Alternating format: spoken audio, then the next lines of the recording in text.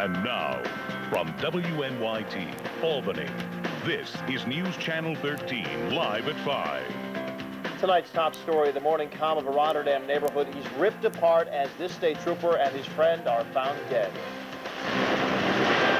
It's News Channel 13, live at 5. Good evening, I'm John Gray. And I'm Benita Zahn. Authorities say it's a murder-suicide. A state trooper and his female companion are dead. Their bodies found this morning in an apartment in Rotterdam. Carmen Dexter is live at State Police Headquarters in Loudonville, where police began their media briefing just moments ago. Carmen, what can you tell us? Well, John and Benita, police have confirmed now that this was a murder-suicide, and they say that their investigation so far has shown that 27-year-old Melissa Neubauer apparently shot her boyfriend, Trooper Eric Elg, then shot herself. Their bodies were discovered when Elg didn't show up for work. Rotterdam police state troopers spent the day investigating the deaths at the apartment on Phillip Street. Inside the bodies of Trooper Eric Elg, a member of the detail that patrols the thruway, and Melissa Neubauer, his girlfriend. Police now say Neubauer shot Elg, then turned the gun on herself. At least one family member arrived this afternoon to hear the grim news. We believe she is the sister of Neubauer. One of the couple's neighbors says they had lived there only 4 or 5 months. He says he knew them to wave hello, but says he wasn't close to them. No, they were pretty quiet, kept to themselves. Other than that, there's, I knew he was a trooper because I'd see him leave and go to work in his uniform, and I'd wave to him, he'd wave back. She was always nice, I'd always wave and stuff. Yeah, other than that, they pretty much kept to themselves. Now, Trooper Eric Elg was a member of the state police for 11 years. He's been with the Thruway Patrol since 1991. His supervisor today says he was a good person and will be sorely missed. He was also a member of the National Guard. Melissa Neubauer was employed by the Thruway. They apparently had been a couple for about 3 years. Police are not speculating on what caused or what the motive was for the shootings. They say they're still investigating that. John? Yeah, the question in everyone's mind, including the families there, is going to be why, but it's too early to even know that, isn't it? That's right, and at this point, Rotterdam police also say that there have been no domestic calls to their apartment, and that several people lived there for about 4 months. All right, Carmen Dexter, live in Loudonville. Benita. 2 Albany police officers face perjury charges, and Dennis Rodman is done with married life. That was quick, wasn't it? Those stories and more coming up. Blink, you missed it. First, though, Bob Kovachick. I hope you didn't send him a present, Bob. You can take it back. That caught me with my weather maps down there. I couldn't believe it. Done? It's only been 4 days. All right, well, enough sports commentary. Sunrise at 4:25. Sunset was already at 4:25. Partly to mostly cloudy, windy and cool. Widely scattered showers this evening, 42. And tomorrow morning, some sun. Not a bad start, 33 to begin your big travel day before our big holiday. We'll have more in the forecast coming up in a few minutes, guys. Thanks, Bob. 2 Albany police officers have entered not guilty pleas to charges of lying to a grand jury. Now, this is the latest round fired in the investigation into the alleged beating of a college basketball star at the hands of police. Phil Bailey has more. He is live in our newsroom. Phil? Hi, Benita. A special prosecutor is accusing the 2 police officers of committing perjury before a grand jury when they stated they did not punch and kick St. Rose College basketball player Jermaine Henderson in 1997. Today, officers William Bonani and Sean McKenna pleaded not guilty to 13 felony counts between them. They were released on their own recognizance. Special prosecutor John Dorfman is accusing them of perjuring themselves when they denied attacking Henderson, even though assault charges against the suspended officers were dismissed on a legal technicality last August. It is my belief that the matters that are contained therein establish that on the date of December the 8th, the grand jury date, that these 2 officers committed perjury in the grand jury. Meanwhile, defense attorneys for both police officers reacted with anger to the charges. They say the special prosecutor is out of control. Benita, these new charges, by the way, will also renew efforts internally inside the police department to remove these officers from the force. Besides that, Phil, what's the next step? What happens now? Well, they have to appear in court next week, but these guys, these 2 officers are now suspended without pay. They had been suspended from the force, though with pay, for over a year. There's a long, drawn-out process, a painful one for the police department and all those police officers that are trying to continue to do their jobs. Okay, Phil Bailey reporting live. Thank you. Well, right now, the Rensselaer County no-show jobs case is in its closing moments as both the prosecution and defense have presented their witnesses. Victor Cipollone and Susan Martin are accused of involvement in paying Dirk Van Oort for work that he never did for the county. Earlier today, the defense called its only witness, Sapolo. He pointed the finger of blame at Rensselaer County Executive Henry Zwack. Sapolo claims Zwack ordered him to pay Van Ort. Well, also in Rensselaer County, Troy is going to be getting almost $500,000 from the federal government. Troy Mayor Mark Patterson was on hand in Washington when the official announcement was made today. Now, the money is coming from the Department of Housing and Urban Development. The funding will help the city fix up the third floor of the market block that's down at the corner of River and 3rd Streets. Merger mania on Wall Street has swept up a paper company with ties to the capital region. International Paper, which has operations in Glens Falls, is pooling its resources with Union Camp, another paper maker. The deal is valued at $6.6 billion. But the merger that grabbed headlines on today's market was the $4 billion deal joining Netscape and AOL. We'll have the final numbers from Wall Street in about 15 minutes. Well, while America Online and International Paper are devouring slices of the market pie, there will be no pies, or pieces rather, of homemade pie for the needy this Thanksgiving in Albany County. And in case you haven't heard about this, the County Health Department told Equinox to dump all the homemade pies that were supposed to be delivered to the homebound on Thursday. Health officials say they are very concerned about bacteria problems that could arise from donated homemade pies sitting unrefrigerated for hours before being sliced and actually packaged for delivery. An unusual and emotional meeting this afternoon at Albany Med, one that underscores how important it is for families to talk about organ donation. July 25th, 1993, the last day Matthew Morelli knew life as an 8-year-old. The Stillwater boy was hit by a pickup truck while riding his bike. 5 days later, when he died of those injuries, his parents faced a decision that would change the lives of 5 people. Should they donate Matthew's organs? It was just a spur-of-the-moment decision. Matt was a kid that loved life, and he was always happy, and I think and he was a giver. He loved to give to people. So I think it's what he really would have wanted. And he probably would have approved of the meeting today between his parents and Tony and Hollis Cochran. One of Matt's kidneys is keeping Tony alive. It meant a lot to me, and I wanted to let them know how grateful I was to have had another chance at life, a second chance. The Red Hook woman suffered a genetic disease that destroyed her kidneys. For the 4 months before the transplant, she was on dialysis. The call about the transplant came while the Cochrans were vacationing on Cape Cod. And all the way over, it was like we still just didn't know what to think. We were told on the phone that it was a juvenile kidney, and so.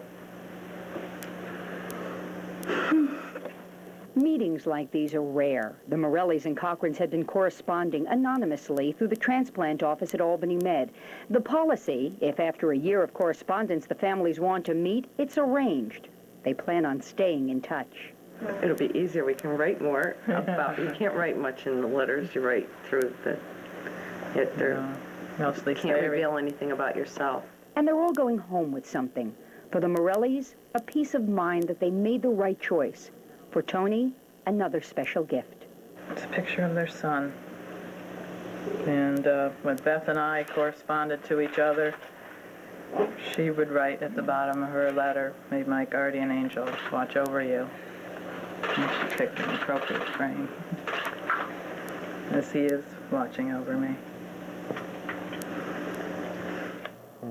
You know, Frank Taft, who's with the Organ Procurement Program at Albany Med, said that it's so difficult because so many times recipients feel guilt because they know that someone had to give their life so that they could live. And you could see the emotion with Hollis when they knew it was a child, and they knew there'd be something in the news about it, and they chose not to find out at that point.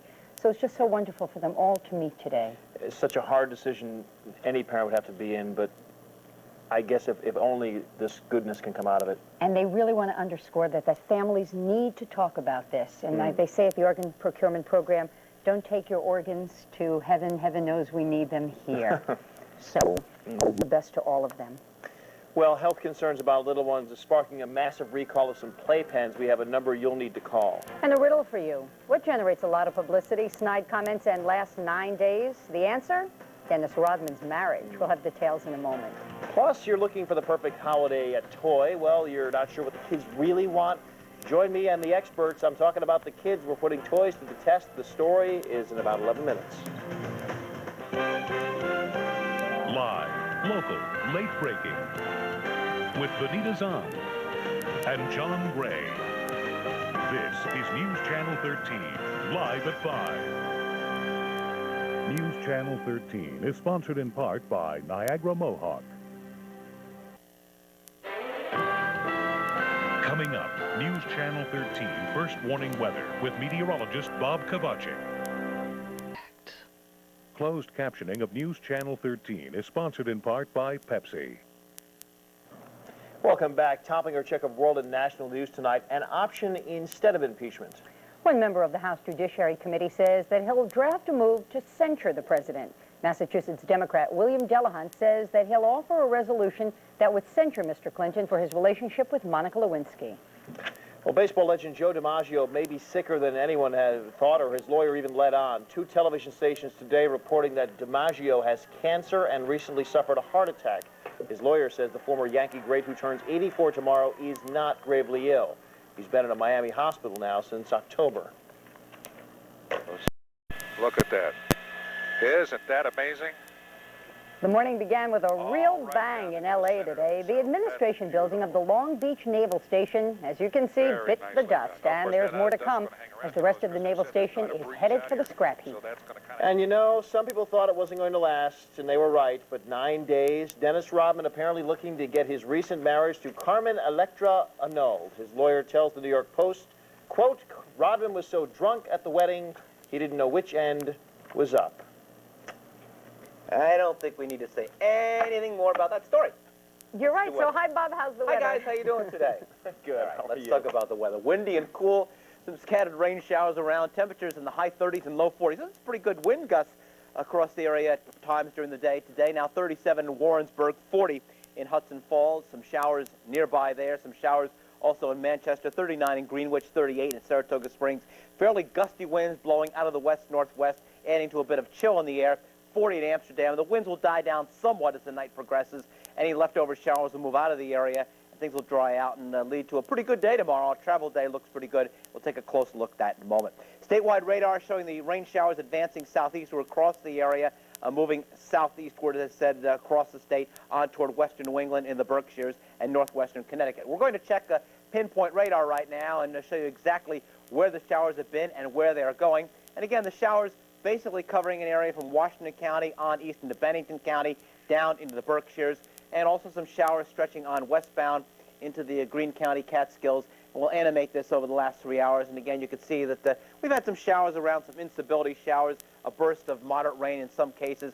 The showers move southeastward across the area and on into the Berkshires. But generally, the trend will be for the showers to dry out and things will improve here tonight and tomorrow. In fact, we'll have lots of sunshine tomorrow, so we're still expecting a good travel day coming up on Wednesday. Let's go back to the weather maps now. National weather scene, the mild air in the east, but the cool air now coming into the northeast behind a fairly vigorous storm over the Canadian Maritimes, propelling the chilly air in. The front has now passed south of the area. Tomorrow, good high pressure builds in, sunshine, cool. New storm, a portion of the west coast storm that produced tremendously high winds yesterday. That storm gradually heading across the country into the Great Lakes will bring some precipitation here Thursday. I say precipitation because I think it will be cold enough that when precipitation arrives early Thursday, early Thanksgiving morning, it could begin as a little snow or sleet in parts of the area, and especially so in the North Country. I don't expect there'll be any travel problems, at least the way we see it right now, but maybe marginally cold enough for a little snow and sleet early Thanksgiving Day, then some showers for the rest of the area in the morning. Here's your travel weather for tomorrow. These are the maximum temperatures. High 40s in Buffalo, 41 tomorrow in Syracuse, 42 here. Sunshine, at least for a while, but clouds will be increasing from the west during the day. Tomorrow, all in all, as I said, a good Wednesday and not so nice Thanksgiving Day. A shower around here and there this evening, and then gradual clearing. Windy now, the winds will die down later. Colder, 25, 30. Tomorrow, mostly sunny, cool, roughly seasonable. Clouds increasing a bit later on, 40 to 45. Some showers of rain, even a little wet snow or sleet in parts of the area early Thursday, although it may tend to dry out for a time Thursday, and even some pokes of sun, 42. Friday, partly sunny, windy, cool, flurries. And right now, a dry, warmer weekend. In fact, we get back above 50 as the weekend goes on. So a little shot of cool, and then it warms up. So call Aunt Agnes and tell her you're coming Wednesday night. Sure. Who's Aunt Agnes? Oh, I know what you mean. Yeah, okay. we'll be forced to stay in and overeat and watch football. We do that all the time. That's tough to take, right? Thanks, Bob. Thanks, Bob.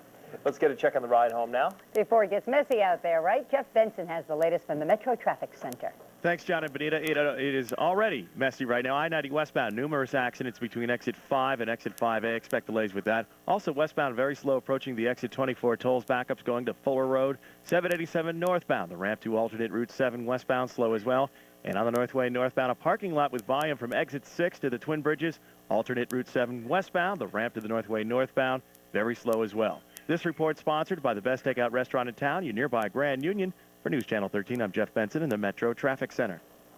Thank you, Jeff. Up next, see what kids judge to be the best toys this holiday as we put our popular favorites to the toy test. And 2 warnings for parents. One about toys that you shouldn't buy for your kids, and one about a playpen recall that you need to know about. But first, Armageddon continues to make a deep impact at the video store. Just check out tonight's Top 5. And welcome back. Almost 10 million playpens are being recalled because they pose a hazard of strangulation for children wearing loose clothing or pacifier strings. Now, 8 kids have died since 1982 when the strings around their necks or their clothing got caught on the metal rivets that stick out of the playpens. This is all according to the Consumer Product Safety Commission. These rivets typically protrude about 1/4 to 1/2 inch from the outside top rail of the playpen. The recalled playpens are a portable mesh model that can be folded for travel and storage. They carry the brand names Built Right, Evenflow, Jerry, Graco, Colecraft, Play School, Pro, and Stroley. Now, some were made 38 years ago, others as recently as May. If you find protruding rivets on your playpen, call 1-800-794-4115. Then the folks there will have some details about what you can do. And if you would like more information on the recall, just dial up our website at WNYT.com and then click on News. Just in time for your holiday shopping, the U.S. Public Interest Research Group is out with its hazardous toy warning for this year. First on the list, something as simple as balloons. The group says that they are the worst killer toy because they're a severe choking hazard. Of the 13 kids who've died from playing with toys in the last year, 11 choked to death. The consumer advocates also caution against toys with long pull cords that could end up choking the child. The group also cautions that parents should always check the accessories of the toy. The Rugrat dolls, they point out, for example, come with tiny cups and saucers, which obviously for the little ones are a choking hazard. Just have to be so vigilant. You do. You know, with the holidays fast approaching, many of us are going to be out shopping for the perfect toy. But what do the kids really want? Well, News Channel 13 and KB Toys had an idea. KB would donate a bunch of toys to a daycare center, and we'd have the workers watch and grade as the kids play with the toys and see which ones get the most attention. We're calling it the News Channel 13 Toy Test. I'm Buzz Lightyear, Space Ranger. If toys could really talk, they could tell us what kids want.